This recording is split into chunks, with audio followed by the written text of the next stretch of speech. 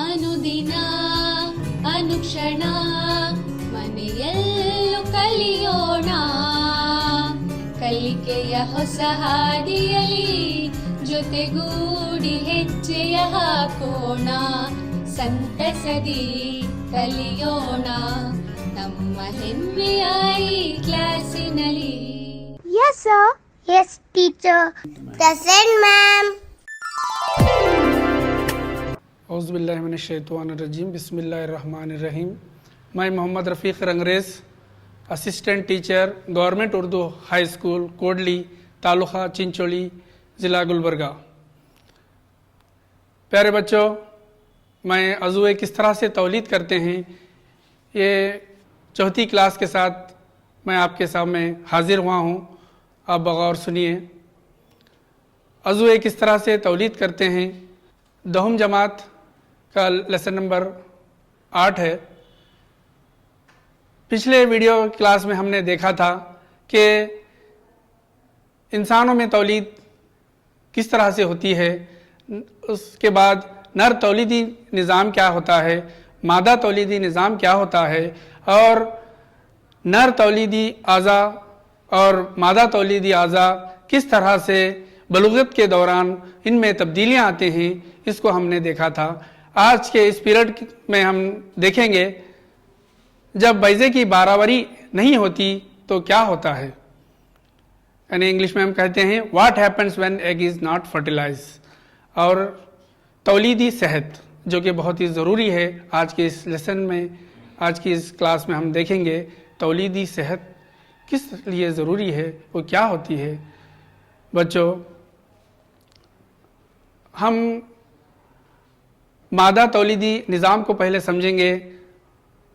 तो मादा तौलीदी जो निज़ाम है, जिसमें दो बैज़ेदान होते हैं, फ़ेलोपियन ट्यूब होता है जिसे हम बैज़वी नाली कहते हैं, रहम होती है, सर्विक्स और फ़र्ज, ये आज़ा हैं मादा तौलीदी निज़ाम के।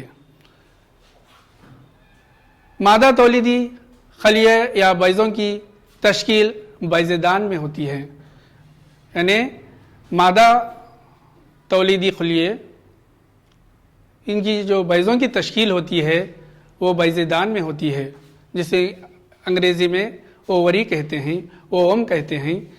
ओवम की तैयारी ओवरीज़ में होती है।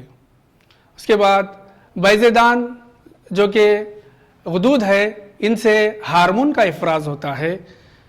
ये हार्मोन मुख्तलिफ़ हार्मोन हैं जो सने बलूगत के दौरान, पिछले लेसन में हमने ये देखा कि किस तरह से ये हार्मोन सने बलूगत में लड़कों में और लड़कियों में क्या क्या तब्दीलियाँ लाते हैं। हम देखेंगे सने बलूग को जब लड़कियाँ पहुँचते हैं तो इनके कुछ बैज़े में पुख्तगी आने लगती है। उससे क़ब्ल जब लड़कियाँ बालिग़ नहीं होती, उस वक्त हज़ारों की तादाद में बैज़े पाए जाते हैं। जब पुख्तगी होती है तो उसमें बैज़ेदान में बैज़े तैयार होते हैं। हर माह दोनों बैज़ेदानों से एक एक बैज़ा, एक बैज़ेदान से एक बैज़ा पैदा होता है।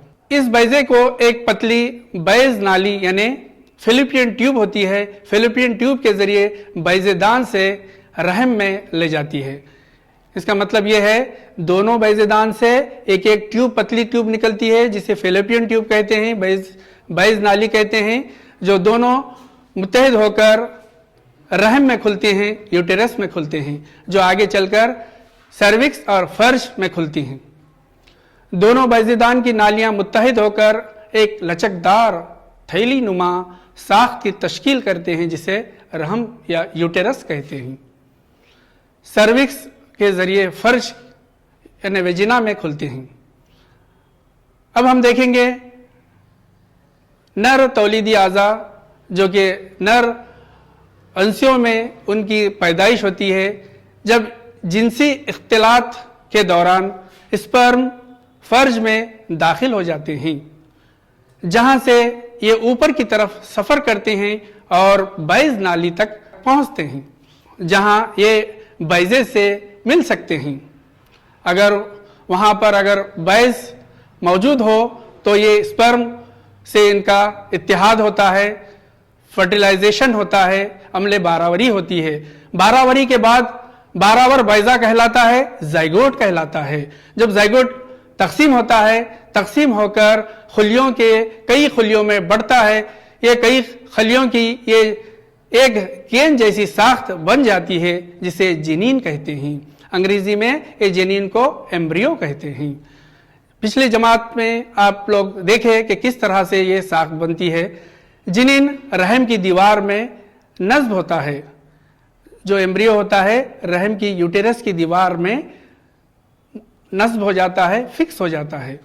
उसके बाद जहां जिनीन मखलका से बनने तक मुसलसिल तौर पर नशोनुमा पाता है।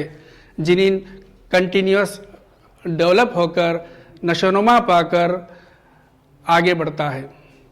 हम यहाँ देखेंगे कि किस तरह से हमल से पहले ये यूटेरस होती है, जिसे यूटेरेटिरियन परत कहते हैं। हमल के बाद यूटेरियन परत, हमल से पहले कैसी होती है, हमल के बाद कैसी होती है, यहाँ हम देखेंगे। माँ का जो जिस्म होता है, उसका जो डिज़ाइन होता है बच्चे की नशोनुमा के लिए निहायत मौजू होता है। माँ के जिस्म का जो डिज़ाइन है बच्चे की नशोनुमा के लिए निहायत मौजू होता है। लिहाजा रहम हर महीने जिनीन यानी एम्ब्रियो को हासिल करने और इसकी परवरिश के लिए हमेशा तैयार रहता है। उसके बाद इसके अंदर की अस्तर मोटा हो जाता है, यानी ये यूटेरेटेरियन परत जो होती है, रहम की जो दीवार होती है, उसका अस्तर मोटा हो जाता है। जिनीन की परवरिश के लिए खून की सप्लाई में इजाफा होता है। जो जिनीन परवरिश पाता है, रहम में खून की सप्लाई में इजाफा होता है, जो हार्मोन्स की वजह से होता है। अब बच्चों आप देख रहे हैं ये माँ और जो नवमौलूद बच्चा है उसका कनेक्शन किस तरह से होता है, उसका रब्त माँ से कैसा होता है। उसके लिए एक बाफत होती है जिसे प्लासेंटा कहते हैं। ये देखो बच्चों, जिनीन को माँ के खून से प्लासेंटा के जरिए तग़ज़िया हासिल होता है। जिनीन को माँ के खून से प्लासेंटा के जरिए तग़ज़िया हासिल होता है। बारावरी से लेकर बच्चे की विलादत तक का वक्फा हमल की मुद्दत कहलाता है। जो इंसानों में ये जो हमल का वक्फा होता है वो 9 महीने का होता है। रहम के उज़लात इस दौरान जब सुकड़ते हैं, इसके नतीजे में बच्चे की विलादत होती है। बच्चों ये हमने देखा और हम देखेंगे ये किस तरह से इसकी बनावट होती है प्लासेंटा की। यहाँ पर उसको बगौर मुशाहिदा कीजिए कि नवमौलूद बच्चे का जो रब्त होता है माँ से प्लासेंटा के ज़रिए होता है।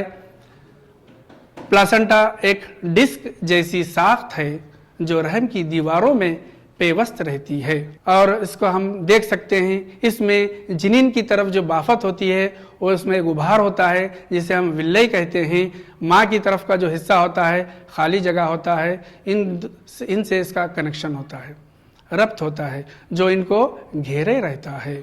तो बच्चों यहाँ पर हम एक तस्वीर देख रहे हैं जिसमें नवमौलूद बच्चा माँ के ज़रिए किस तरह से जुड़ा हुआ होता है, किस तरह से तग़ज़िया हासिल करता है।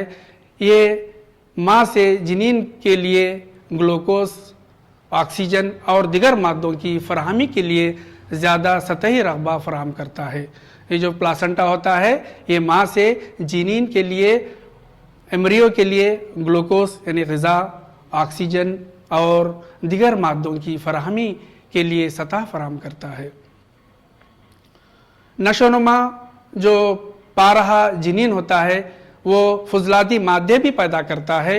इन मादों को प्लासेंटा के ज़रिए माँ के खून में मुंतकिल करके वो बाहर निकाला जाता है। हम देखेंगे हमल की मुद्दत, गैस्टेशन पीरियड किस तरह से होता है। एक नुफ्ते से इंसान का जन्म होता है। यहाँ पर हम देखेंगे एक नर ज़ोजा मादे ज़ोजे से इत्तिहाद होकर ये नशोनुमा के मुख्तलिफ मरहलों से गुज़रते हुए मुकम्मल 9 माह में ये मुकम्मल गैस्ट्रेशन होता है, हमल ہوتا ہے, حمل کی مدت ہوتی ہے. یہ انسانوں میں یہ وقفہ 9 مہینے کا ہوتا ہے. رحم کے عضلات سکڑنے سے بچے کی ولادت ہوتی ہے. ہم اب دیکھیں گے اس سبق میں جب بیضے کی 12 وری نہیں ہوتی تو 12 وری ہوتی ہے تو ہم اس میں دیکھیں کہ کس طرح سے 12 وری ہونے کے بعد بچے کا جنم ہوتا ہے. یہاں پر ایک الگ حالات ہیں. جب بیضے کی 12 وری نہیں ہوتی تو کیا ہوتا ہے, اس وقت تبدیلیاں ہوتے ہیں عورتوں میں. اس کو ہم دیکھیں گے. اسپرم سے اگر بیضے کی 12 وری نہ ہو تو بیضہ تقریباً 1 دن تک زندہ رہتا ہے. کہاں زندہ رہتا ہے؟ رحم کی دیوار میں زندہ رہتا ہے. اسپرم سے اگر بیضے کی 12 وری نہ ہو تو بیضہ تقریباً 1 دن تک زندہ رہتا ہے. اس کے بعد وہ وہیں پر ختم ہو جاتا ہے, کیونکہ یہ بیضہ دان ہر ماہ میں 1 بیضہ ہی خارج کرتا ہے. لہذا 12 انڈے کو حاصل کرنے کے لیے رحم بھی ہر مہینے تیار کرتا ہے. یہ ایسا ہوتا ہے اگر بیضہ دان میں عمل 12 وری اسپرم کے ساتھ ہوئی تو حمل ہو جاتا ہے. اگر وہ حمل نہیں ہوا تو اسی صورت میں بیضہ دان سے صرف 1 بیضہ خارج جو ہوتا ہے وہ 12 انڈے کو حاصل کرنے کے لیے رحم میں ہر مہینے یہ تیار ہوتا ہے. تو یہ رحم کی دیوار کس طرح سے ہوتی ہے یہاں پر ہم شکل میں دیکھ سکتے ہیں. اس کا استر موٹا اور اسپنج کے جیسا بنتا ہے اور یہ بیضے کی 12 ہونے کی صورت میں اس کی پرورش کے لیے ضروری ہے. یعنی یہ بیضے کی 12 ہونے کی صورت میں اگر بیضہ 12 ہو گیا تو اسی صورت میں بچے کے لیے پرورش کے لیے, جنین کی پرورش کے لیے یہ تیار رہتا ہے. لیکن 12 نہ ہونے کی صورت میں اس استر کی ضرورت بھی نہیں ہوتی. تو اس وقت کیا ہوتا ہے یہ ہم شکل میں دیکھ سکتے ہیں. یہ آہستہ آہستہ ٹوٹ کر فرج کے ذریعے خون اور مخاط کی شکل میں خارج ہوتا ہے. بچوں یہ دور 1 ماہ میں مکمل ہوتا ہے. اسے حیض کہتے ہیں یا مینسچوریشن پیریڈ کہتے ہیں یا ہم عام زبان میں ماہواری کہتے ہیں. جو حیض کا جو وقفہ ہوتا ہے یہ 2 سے 8 یوم تک ہوتا ہے. اس کا مطلب حیض کا جو وقفہ ہے 2 سے 8 دن تک ہوتا ہے.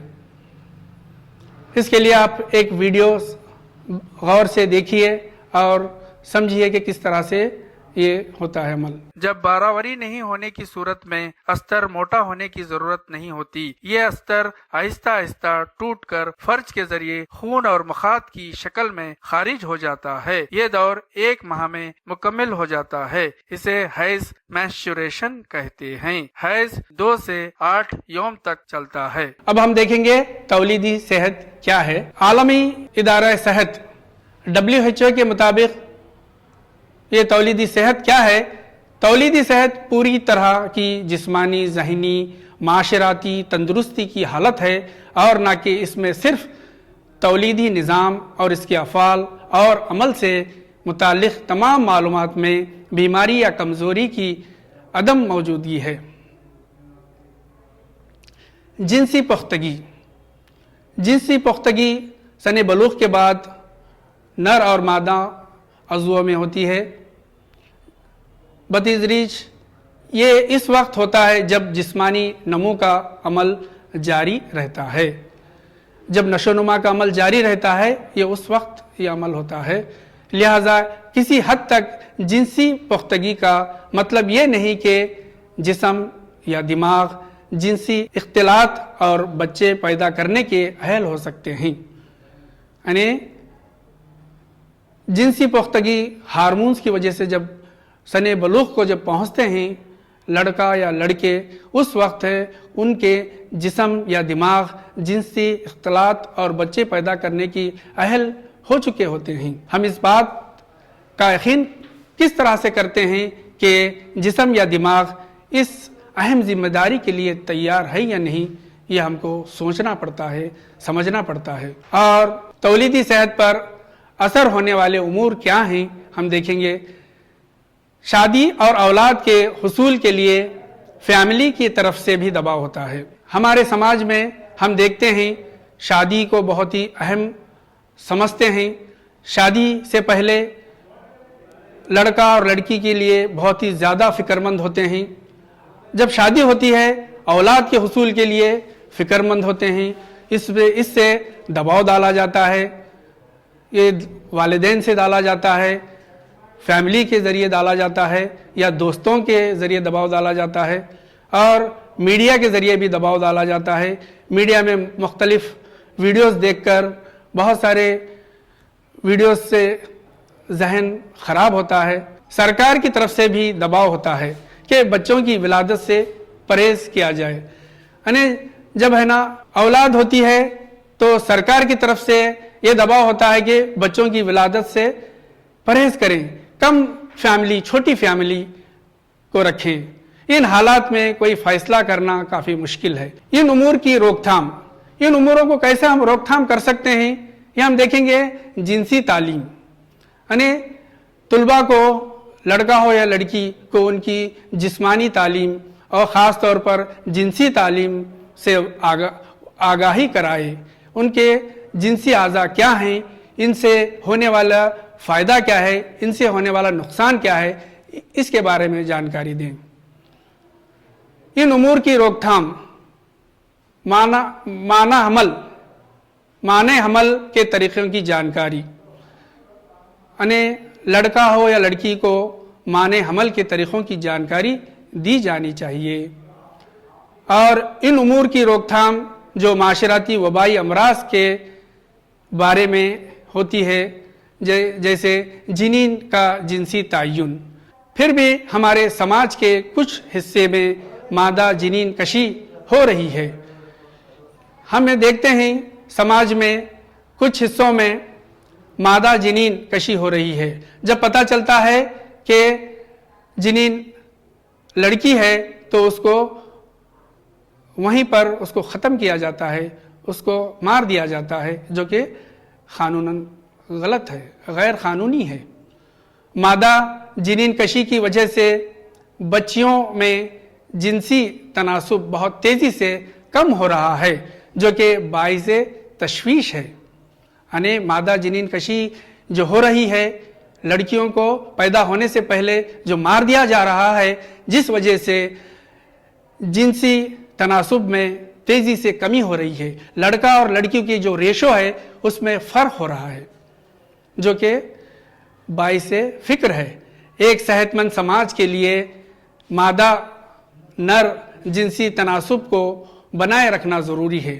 یعنی ایک صحت مند سماج کے لیے نر اور مادہ کا جو تناسب ہونا ہے, اس کا جو ریشو ہونا ہے, وہ برابر ہونا ہے.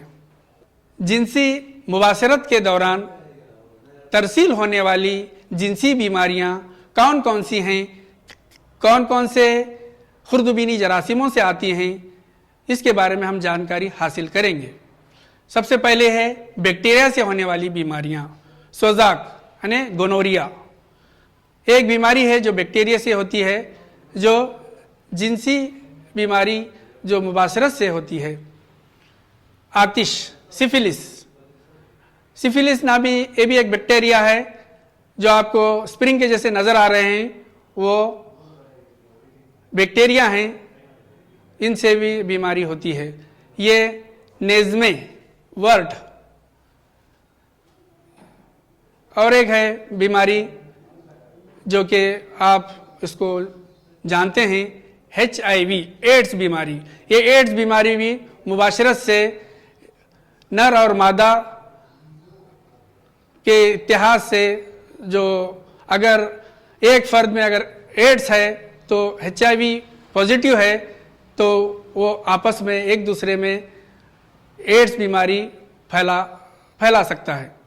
اب ہم دیکھیں گے خاندانی منصوبہ بندی, خاندانی نسل بندی کے یہ طریقے کون کون سے ہیں. پہلا آتا ہے عارضی طریقہ اور ایک دوسرا ہے دائمی طریقہ. ہم ایک کے بعد ایک دیکھیں گے. عارضی طریقہ جو ٹیمپریری میتھڈ ہے وہ کیا ہوتا ہے خاندانی منصوبہ بندی کا. پہلا طریقہ ہے فطری طریقہ. فطرت کے لحاظ سے قدرتی طور سے فطرتی طریقے سے ماہ حمل کو روکا جا سکتا ہے. رکاوٹ کے طریقے کانڈومز کے ذریعے ہوتا ہے, کاپرٹی کے ذریعے ہوتا ہے, اور ہے ہارمونل معنی حمل گولی کے ذریعے या इंजेक्शन के ज़रिए होता है, मुस्तकिल माने हमल सर्जरी के ज़रिए होता है। हम एक के बाद एक देखेंगे। मैकेनिकी रुकावट पैदा की जाती है ताकि स्पर्म बैज़े तक ना पहुंच पाए। तरसीली आज़ा पर कांडोम का इस्तेमाल गिलाफ के तौर पर होता है। यहाँ पर हम दो कांडोम्स को देख रहे हैं, एक ख़वातीन का कांडोम है, हाँ, दूसरा है कॉपर्टी का तरीक़ा, जो औरतों में लूप या कॉपर्टी जो रहम में दाखिल किया जाता है, लेकिन रहम में सोजिश की वजह से इनके मनफी असरात मुरत्तिब होते हैं। हार्मोनल माने हमल गोलियों के ज़रिए या इंजेक्शन के ज़रिए होता है। जिस्म में हार्मोन के तवाज़ुन को तब्दील कर दिया जाता है ताकि बैज़ा खारिज ना हो सके और बारावरी का अमल ना होने पाए। इसके लिए दवाइयाँ इंजेक्शन लगाए जाते हैं। ये दवाइयाँ क्या काम करते हैं? हार्मोन के तवाज़ुन को तब्दील करते हैं।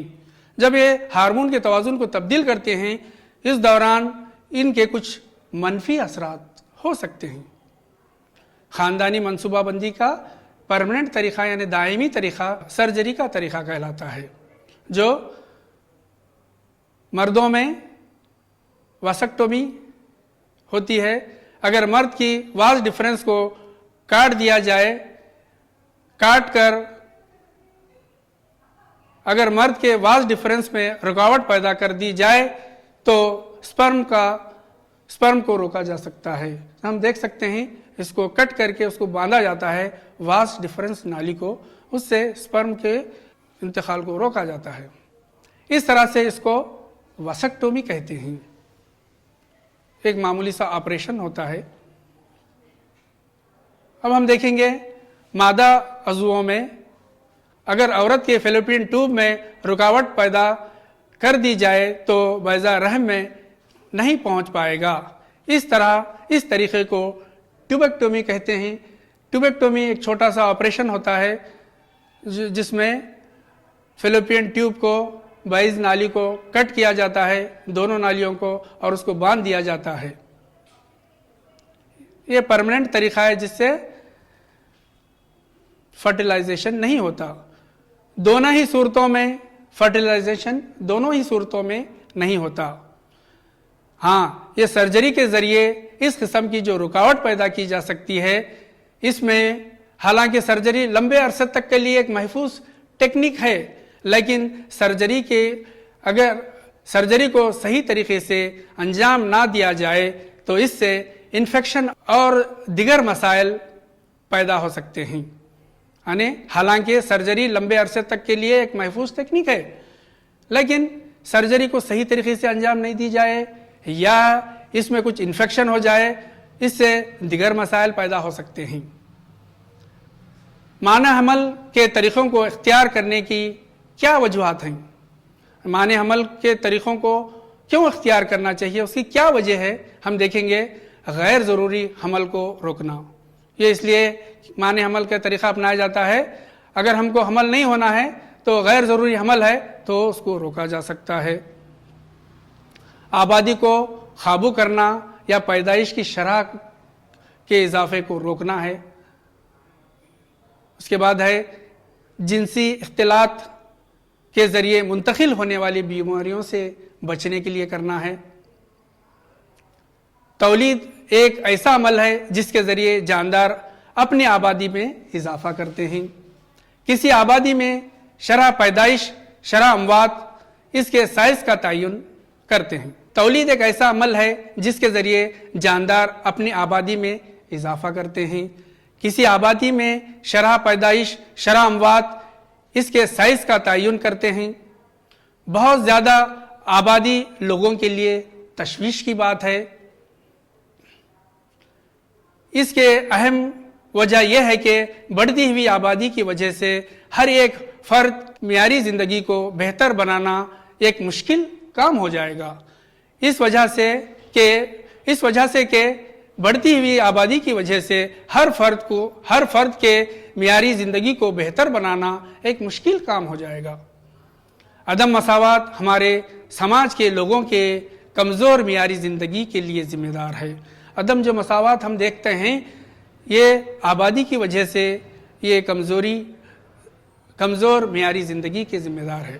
بچوں، آج جو ہم سبق پڑھے اس کا اعادہ کریں گے۔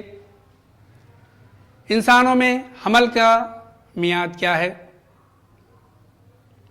9 ماہ، یعنی انسانوں میں حمل کی جو میعاد ہے وہ 9 مہینے میں ہوتی ہے۔